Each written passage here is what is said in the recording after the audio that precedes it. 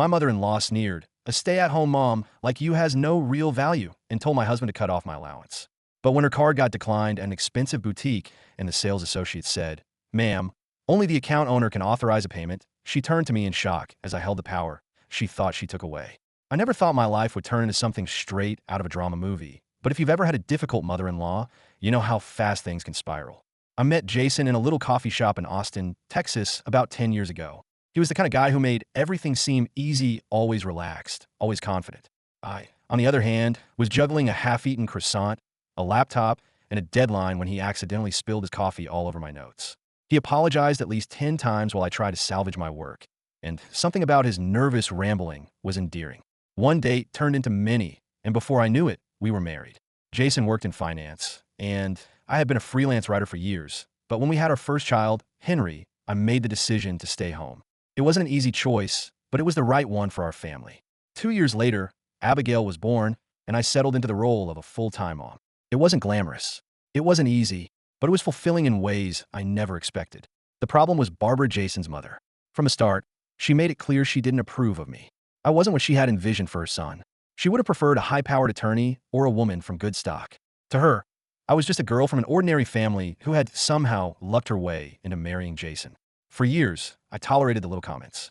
"Oh, you must be so tired from all that, sitting at home. Jason works so hard, and you're just here. A smart woman always has her own money, dear." But I suppose you wouldn't understand that. I ignored her because I knew Jason loved me. I ignored her because I knew I was doing what was best for my family. But one evening, she crossed a line I couldn't ignore. We were at dinner at Barbara's house. The table set with her usual extravagance: fine china, silverware that needed polishing, cloth napkins folded into ridiculous swans. She loved to put on a show.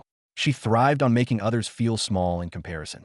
Jason had just finished talking about a big project at work when Barbara, swirling her wine, gave a sharp smile. "You know, Jason," she said, setting her glass down, "you work so hard while she sits around all day. A stay-at-home mom like her has no real value." The room went silent. Jason's fork paused midair. My stomach tightened, but I kept my face neutral. I had learned, after years of dealing with her, that the worst thing you could do to a woman like Barbara was not react. She turned her attention fully to Jason, as if I wasn't even in the room. "I was thinking," she continued, "that it's time you reconsider how you're handling your finances. She doesn't earn anything, so why does she have access to everything? She should get a household budget, nothing more."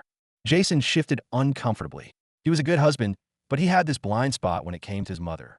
He never wanted to upset her, never wanted to create conflict. He hesitated. She pushed forward. "When I was married, I worked and raised a family. Women today don't understand what real work is. She doesn't need an allowance like some spoiled teenager." I could feel my hands tightening in a fist under the table, but I forced myself to exhale slowly. This wasn't the time to explode. Instead, I tilted my head slightly and smiled. "You're right, Barbara. Things were different back then." She looked smug, assuming I had conceded the point. Jason cleared his throat. "Mom, let's not," but she waved him off. No, I'm just being realistic. A smart woman takes care of herself. If she had her own income, she wouldn't be so dependent on you." Dependent. That was the word that stuck with me. Jason, caught between us, caved. "Not entirely, but enough. Maybe we could adjust things a little," he said hesitantly. "Just so we're being smarter with our money." I didn't argue. I didn't beg. I didn't even defend myself. I just nodded and said, "Of course. Whatever works best for us." Because I had already made my decision. Barbara thought she had one. She thought she had finally put me in my place. She had no idea that I was the one who had been managing Jason's finances for years. I was the one who paid the bills, balanced the budgets, and even handled our investments. Jason made the money, sure, but I was the one who made sure it worked for us. So when Jason agreed to adjust our finances, I did something Barbara never expected. I quietly transferred our main account under my name.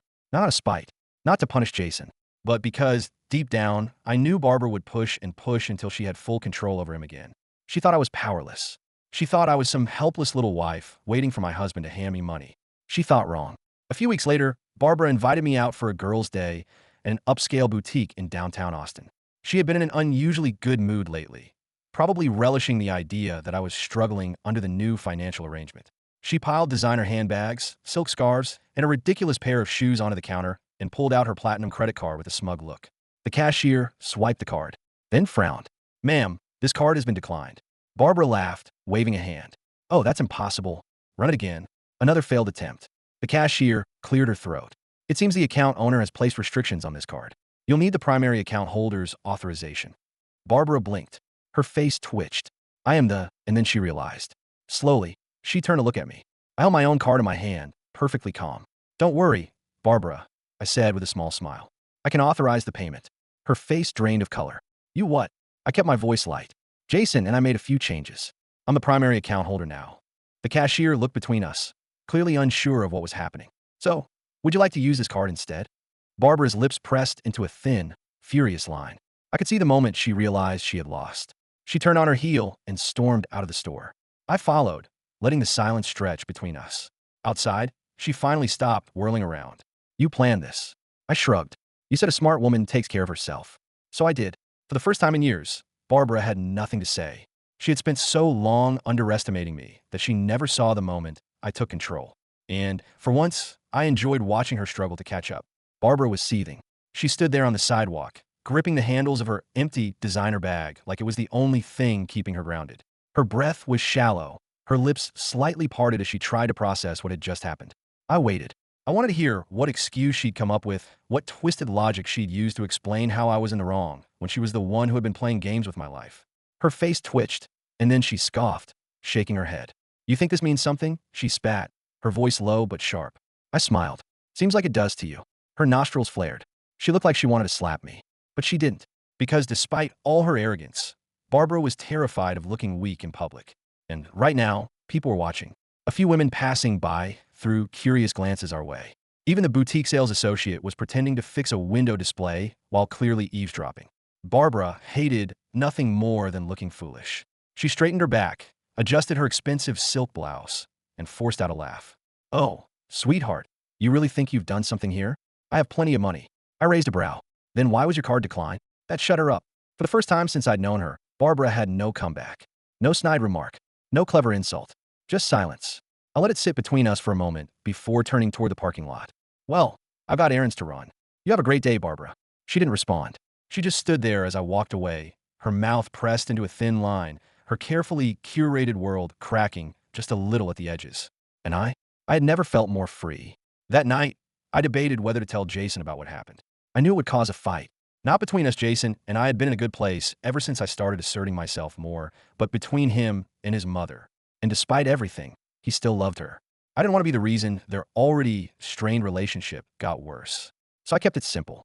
Over dinner, while Jason was helping Abigail with her mac and cheese and Henry was rambling about a bug he found outside, I casually said, "Oh, by the way, I ran into your mom today.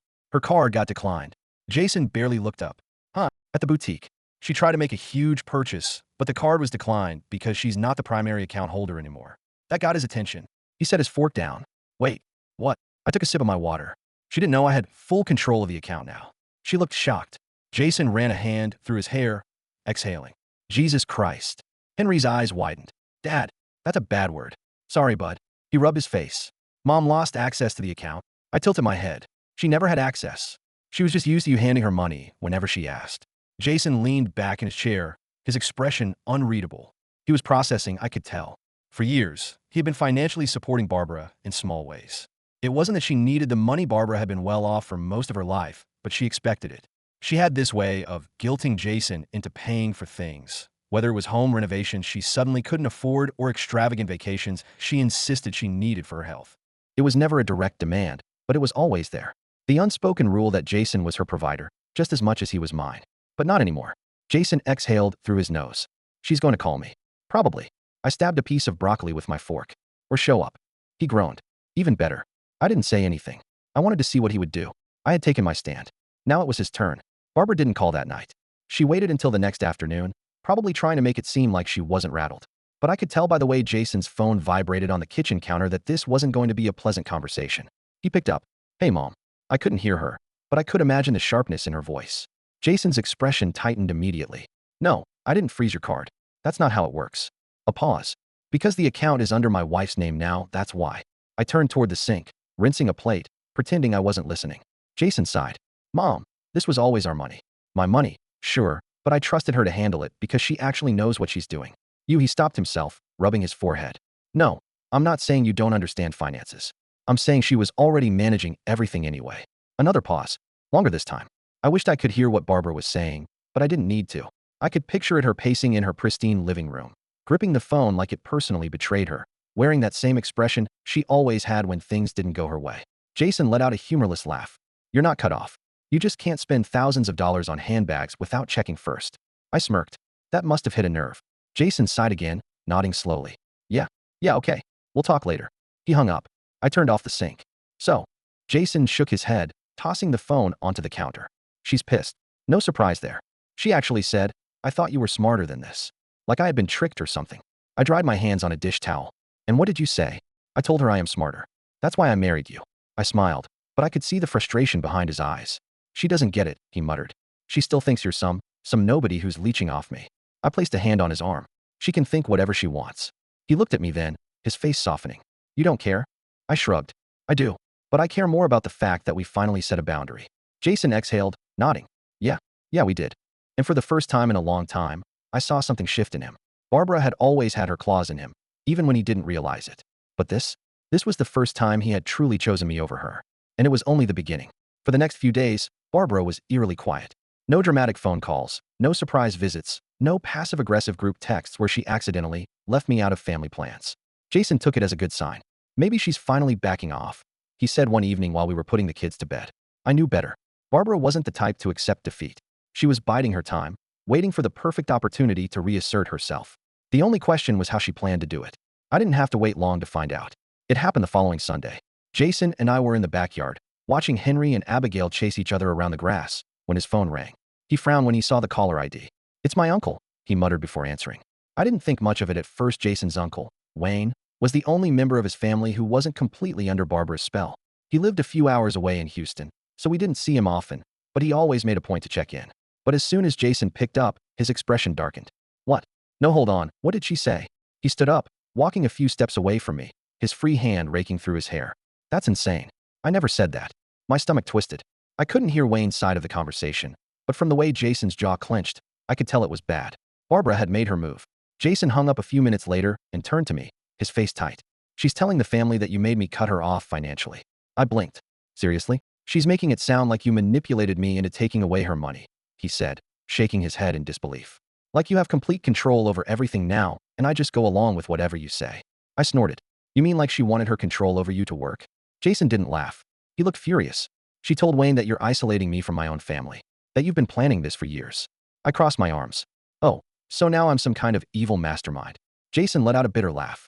Apparently. I leaned against the patio railing, exhaling slowly. Let me guess. She's playing the victim? Oh, of course she is, he muttered. She told Wayne that she's never felt more betrayed in her life, and that you're turning me against her. I rolled my eyes so hard they practically hurt. Jason rubbed his face. I knew she'd be mad, but I didn't think she'd take it this far. She's trying to turn the whole family against you. That part didn't surprise me. Barbara thrived on control, but when she lost it, she did the next best thing. She played the martyr. If she couldn't get her way, she would make sure I was the villain in everyone's eyes. I took a deep breath, forcing myself to stay calm. So what now? Jason hesitated. Wayne's on our side. He knows how she is. But Mom's been calling my cousins, my aunts. She's planting this idea that you're some gold-digging mastermind. I clenched my jaw. Barbara was smart. She knew I didn't have the long-standing family ties that she did. Jason's extended family had known her for decades. They barely knew me outside of holiday gatherings and a handful of weddings. It would be easy for her to twist the story, to make them see me as some outsider who was trying to sever Jason's bond with them. And the worst part? I knew some of them would believe her. Jason must have seen the flicker of frustration on my face because he immediately stepped forward, placing his hands on my shoulders. Hey, he said, his voice gentler now. I'm not going to let her get away with this. I searched his face. You believe me, right? His expression softened. Of course I do. I know you didn't manipulate me. I made this decision because I wanted to, because it was the right decision. I nodded slowly. She's just trying to guilt trip everyone, Jason continued. She hates that she's losing control, and she thinks if she turns the family against you, I'll cave. I sighed. And will you? Jason's grip on my shoulders tightened, just slightly. Not a chance. I felt some of the tension ease from my body. Jason had always struggled to set boundaries with his mother, but this was different. He was standing with me, not caught between us. Barbara wasn't going to win this time. The next day, the family group chat exploded. I had been expecting it, but the sheer speed of it was impressive. Barbara had sent a long, dramatic message about how she had always supported Jason, but was so heartbroken to see him being pressured into abandoning his own mother. She didn't mention me by name, but she didn't have to. The implication was clear. Then came the flood of responses. Some were neutral family members who didn't want to get involved. Some were supportive. Wayne immediately jumped in, calling her out for twisting the story. And then there were the ones who took Barbara's side. Jason, is this true? I can't believe you do this to your own mother.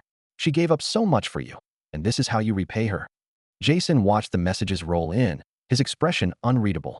Then, without saying a word, he started typing. I waited, my heart pounding, as he sent a single response.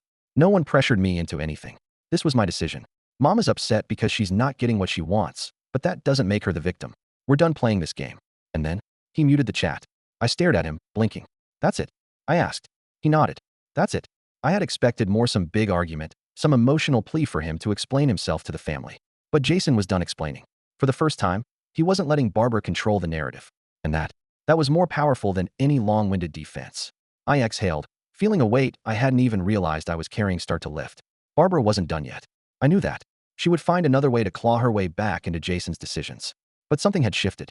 Jason had drawn a line in the sand. And for the first time in his life, he wasn't afraid to stand on our side of it. Barbara could scheme all she wanted. She just wasn't holding the strings anymore. Barbara was silent for almost a week after the group chat debacle. That alone was suspicious. Jason had cut her off mid-drama, and knowing her, she wasn't the type to just accept a loss. She was regrouping, strategizing her next move, waiting for the perfect moment to strike again. I was ready for it. What I wasn't ready for was how far she was willing to go. It started with small things. Little social digs that might have seemed harmless to anyone else, but were deliberate coming from Barbara. Jason's cousins suddenly stopped responding to my texts. His aunt, who had always been sweet to me, ignored me at the grocery store. One of his family friends, who I barely even knew, sent Jason a cryptic message that just said, "You should really think about who you're choosing over your own blood." The campaign to isolate me had begun. Jason was furious. "This is insane," he muttered one night as he paced the kitchen. "She's seriously turning people against you like this is some damn political coup."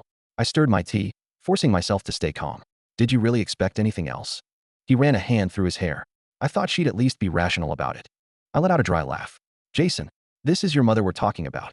He sighed, slumping into the chair across from me. "What do? We wait," I said simply. "She wants a reaction. I'm not giving her one." Barbara thrived on drama. She wanted me to fight back so she could twist it into me being the problem. The best way to beat her was to refuse to play. But I underestimated her. Because a few days later, she did something I never saw coming. She went after my kids. It happened on a Wednesday. I had just picked up Henry and Abigail from school when Henry, buckling himself into his booster seat, casually said, "Grandma told me you don't want Daddy to see her anymore." I froze. My heart dropped to my stomach. I turned around slowly. "What?" Henry swung his legs, completely unaware of the emotional grenade he had just thrown. "She said you told Daddy not to let her come over, and that you don't want us to love her anymore." Abigail nodded, her tiny voice chiming in. "She said you're being mean to her." A slow, burning rage spread through my chest. Barbara had talked to them. She had used them. I forced my voice to stay even. "When did she say this?" "Yesterday," Henry said. "At school." My breath caught. "At school." "She picked us up," Abigail added, completely innocent. "She said it was a special surprise." I gripped the steering wheel so hard my knuckles turned white. Barbara had picked them up from school? Without telling me? Without telling Jason? My body went cold. I took a slow breath through my nose, trying to keep my emotions in check. "Did your teacher say anything?" Henry shrugged. "She just said, 'Oh, your grandma's here,' and let us go." I clenched my teeth. Of course she had. Barbara was charming when she wanted to be. The kind of woman who could walk into a room and make people believe whatever she wanted them to believe. She had deliberately gone behind our backs. And the worst part? My children had no idea anything was wrong. To them, Grandma had just taken them for ice cream and said a few strange things. But I knew exactly what she was doing. She was planting seeds, trying to turn them against me early. And I had never been more furious in my entire life. Jason was livid. The second I told him, he was already grabbing his keys. "That's it. I'm done.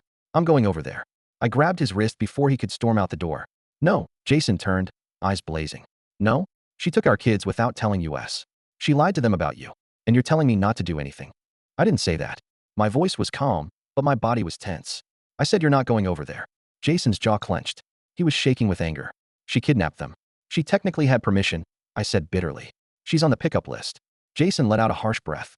"Not anymore." He pulled out his phone and, right there in front of me, called the school. "This is Jason Caldwell," he said, his voice sharp. "I need my mother, Barbara Caldwell, removed from the authorized pickup list for my children, effective immediately." He paused, listening, then gritted his teeth. "Yes, I understand she picked them up yesterday. No, she did not have our permission. This will not happen again." When he hung up, he exhaled sharply, running a hand down his face. "I still want to go over there." I folded my arms. "And do what? Yell at her?"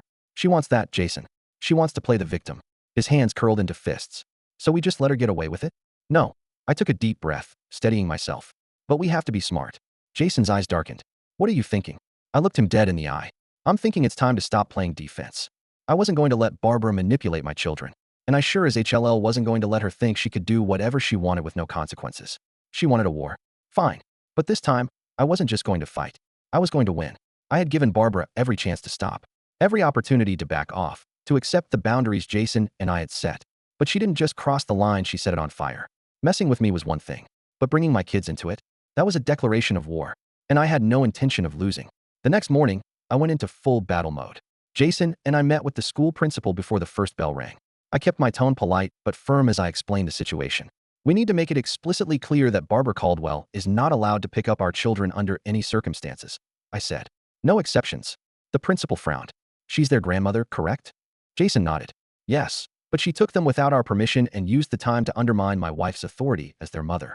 I saw the principal's expression shift slightly. It was one thing for a grandparent to pick up their grandkids, quite another to manipulate them in the process. We understand, she said. I'll inform all the teachers and office staff. From now on, only you two will be authorized for pickup. Step 1, complete. Barbara had lost access to my children. Now, it was time to hit her where it really hurt. Barbara had been painting me as the villain, telling Jason's family that I had brainwashed him into cutting her off. So I decided to correct the narrative. I started with Wayne. He was already on our side, but I needed to make sure he had the full story. I told him everything: how Barbara had tried to convince Jason to cut off my allowance, how she had secretly taken my kids and fed them lies, how she was turning the family against me. Wayne was furious. She's always been manipulative, he muttered. But this is next level. Then he said the words I had been waiting for. I'll handle the family. And he did. Wayne called every relative Barbara had poisoned against me and laid out the facts. He explained how Barbara had been taking advantage of Jason financially for years, how she had tried to push me out of my own marriage, how she had gone behind our backs to get to our children. Some people still sided with her, but others? They started to see the cracks in her story. Barbara was losing support, and I wasn't done yet. Barbara was still living off the assumption that, eventually, Jason would cave and give her money again. She was wrong. Jason and I went to the bank that afternoon and made sure she was removed from every financial connection to us. No access to accounts. No hidden credit cards. No emergency funds. Then Jason made the final move. He called her. She answered on the first ring. Jason. Her voice was tight. Are you finally coming to your senses? Jason didn't bother with small talk. You're officially off every account. You don't get a single cent from me ever again. Silence. Then, a sharp breath. Jason, be reasonable. I was reasonable, Mom, he said, his voice cold. For years. And you used me. Upset my kindness. And then, when that wasn't enough, you went after my wife and my kids. Barbara started to sputter. I am your family. I have a right. You had a right to be treated with respect, Jason interrupted. And you lost it when you started scheming behind our backs. More silence. Then, Barbara's voice turned icy. You're making a mistake. Jason smiled. No, Mom. For the first time in my life, I'm not. And with that, he hung up. Step 3, complete. Barbara was financially cut off. Now, for the final blow. Barbara cared about one thing more than money. Her reputation. She thrived on being the wealthy, sophisticated matriarch of the family. She needed people to respect her. So I took that from her, too. A few days later, I made sure to run into her at one of her favorite spots, the Country Club Boutique. The same one where her card had been declined before. Only this time, she wasn't shopping. She was arguing with the cashier. What do you mean my account is past due? She snapped, her voice sharp. The cashier looked uncomfortable. I'm sorry, Mrs. Caldwell, but your club fees haven't been paid in 3 months. Barbara's face went white. I don't understand, she stammered. I stepped forward, feigning innocence. Oh, Barbara, is there a problem? She whipped around, her face a mask of rage. I smiled sweetly. Isn't it funny how quickly things change? I'm used. Just a few weeks ago, you were trying to tell Jason to cut off my allowance. I leaned in. How does it feel to be the one with no access now? Barbara's mouth opened and closed, but no words came out. And then, as if fate was on my side, the boutique manager walked over. I'm so sorry, Mrs. Caldwell, she said in a polite but firm voice. But due to your outstanding balance, your club privileges have been revoked. The entire store went silent. Barbara stood there, humiliated, in front of the same rich socialites she had spent years trying to impress. She turned back to me, her eyes burning with hatred. You did this. I tilted my head. No, Barbara, you did this. And with that, I turned and walked out, leaving her standing there, exposed. Checkmate. Barbara didn't bother us again after that. She didn't apologize. She didn't try to make amends. She simply disappeared from our lives, too embarrassed to show her face after losing everything she had used to control us. Jason and I, we thrived. For the first time, we weren't weighed down by Barbara's toxicity. Our marriage was stronger. Our kids were safe. And as for Barbara, she had to live with the one thing she hated the most. Irrelevance. And that, my friends, is how I took back my life. Barbara thought she had power over me. She thought she could manipulate, control, and undermine me. But in the end, she was nothing without the power we gave her. And I took everything back. No cruelty. No death. Just karma, served cold.